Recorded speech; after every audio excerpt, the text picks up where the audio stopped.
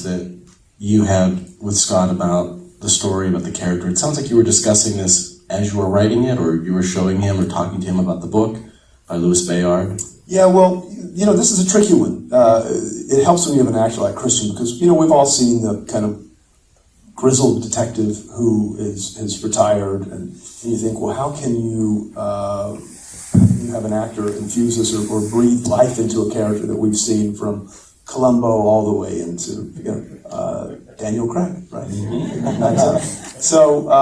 And of course, Christian being Christian Bale, he's able to infuse it with humanity and wit, humor, but intensity, but we aren't doing it for a first viewing, but we're also doing it should you feel like seeing this a second time, because Christian in his performance laid all of the breadcrumbs from the opening frame where he's washing the truncheon from the blood from his truncheon in the river, all the way to the end.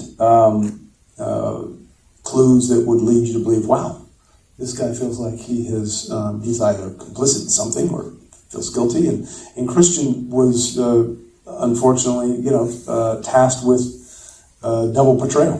Mm. Was that a lot of the early discussion with Scott about how to portray that duality? You only get to play it once or get to capture it once in the film, but then have it viewed from two different perspectives after you know the ending? Yeah.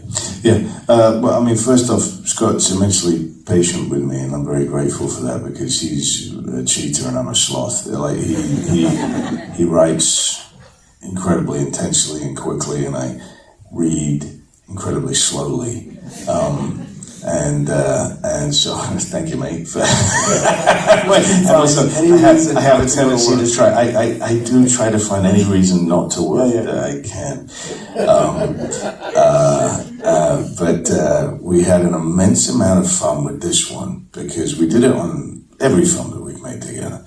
But in considering the pleasures, the discoveries of a second viewing, which after having seen it, obviously you'll realize is even more pertinent, with this film.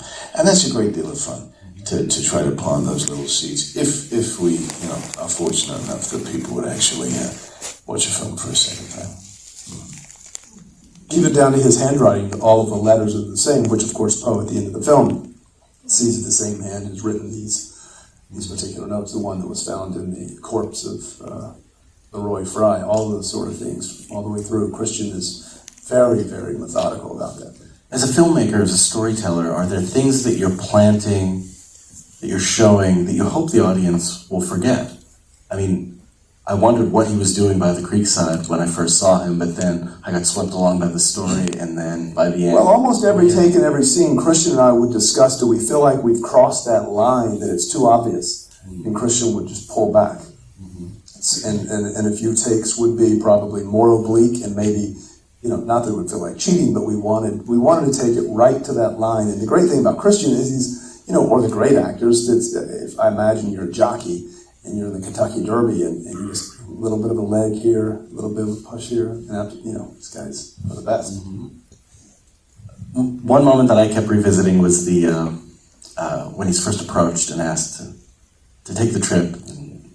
So people would like to talk to him, and his reaction is, I think, one I want to study again. Can you tell me about playing that? If I decide not to go. Yes, exactly. There's a lot going through his mind in that moment, isn't there? Absolutely, yeah, of course, and then absolutely stunned to discover why he's really there when he thought this was the end. Mm-hmm. This was his final carriage ride. And then his journey after that of the ethics of revenge, which is something which Scott is quite obsessed with. And I'm fascinated with how obsessed he is with that.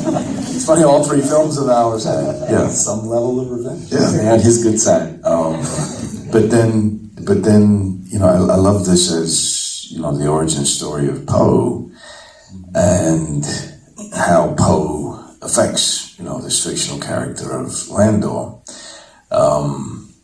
Likewise, in that he rejuvenates him and he reminds him of what he does love about life, because I don't think for a second that Lando was imagining anything beyond achieving his revenge.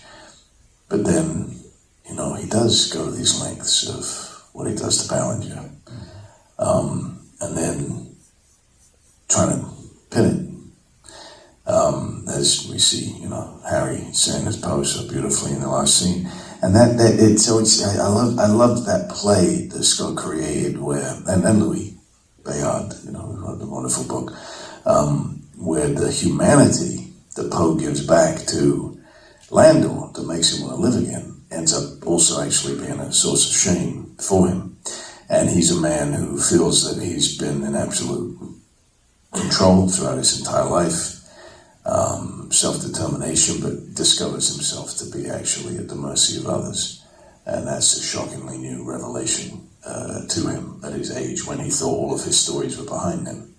And we discovered actually, no, the stories that will come to define him are in front, and the characters that will define him are still in front of him. You know, so it's a beautiful. I just love Scott manages that so wonderfully. The nuances of creating, you know, an exciting whodunit, but at the same time a beautiful character portrayal there, and then just, you know, this origin story of the godfather of the macabre, the godfather of the detective story.